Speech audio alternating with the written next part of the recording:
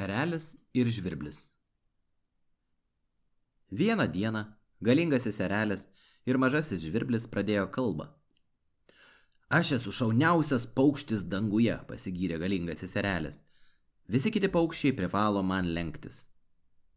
Ir kodėl gi manai esąs toks šaunus, paklausė žvirbliukas, kad kiti paukščiai turėtų šitaip tave pagerbti.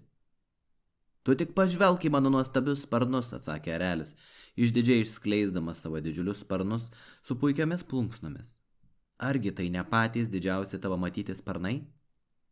Taip, išties jie didžiuliai, sutiko mažasis žvirblis. Tačiau nemanau, kad dėl to tu esi šauniausias iš visų paukščių. Esu šauniausias, nes galiu pakilti aukščiau nei bet kuris kitas paukštis ir matyti kur kas toliau, pareiškė galingasis erelis. Tavo vietoje nebūčiau toks tikras, atsakė mažasis žvirblis. Tikrai? Niekinamai nusijuokė erelis. Tada metu tau iššūkį pakilti aukščiau už mane ir įžvelgti daugiau, nei įžvelgsiu aš. Garsiai suplasnojęs sparnais, erelis pasileido į orą ir apsuko kelis ratus, kad įsibėgėtų pakilti kuo aukščiau. Kol erelis buvo tuo užsiėmęs, žvirbliukas šovė į viršų kaip raketa. Pakilęs dar aukščiau, galingasis erelis garsiai paklausė. Mažasis žvirbliuk, kur tu? Aukščiau nei tu, atsakė mažasis žvirbliukas.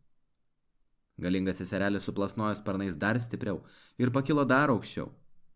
Mažasis žvirbliuk, tarė erelis.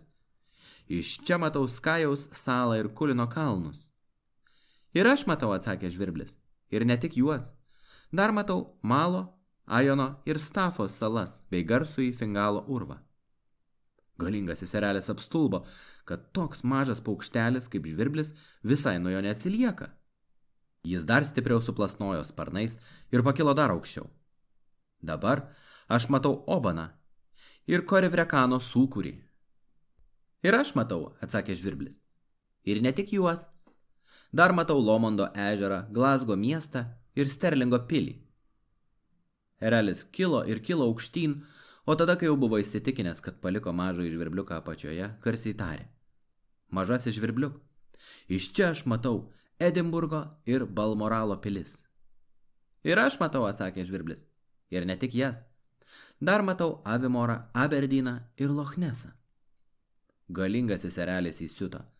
Sukaupęs visas jėgas, įsitempė, išskleidė sparnus taip plačiai, kaip tik sugebėjo, ir neįtikėtinų greičių šovė aukštyn į dangų. Manė, kad dabar žvirblis jau jo tikrai nepavys ir garsiai sušuko. Iš čia matau viską, nuo Haddingtono iki pat Škotijos aukštumų. Ir aš matau, atsakė žvirblis. Ir ne tik tai. Matau viską nuo Šetlando salų iki pasienio ribos. Matau visą Škotiją. Nesuprantu, nusiminė erelis. Juk aš esu šauniausias paukštis iš visų, dangaus karalius. Tačiau nesugebu pakelti aukščiau ar įžiūrėti daugiau nei tu. Aš visada matysiu daugiau nei tu, tarė mažasis žvirblis. Bet kaip tai įmanoma, paklausė galingasis erelis. Ir mažasis žvirbliukas jam atsakė.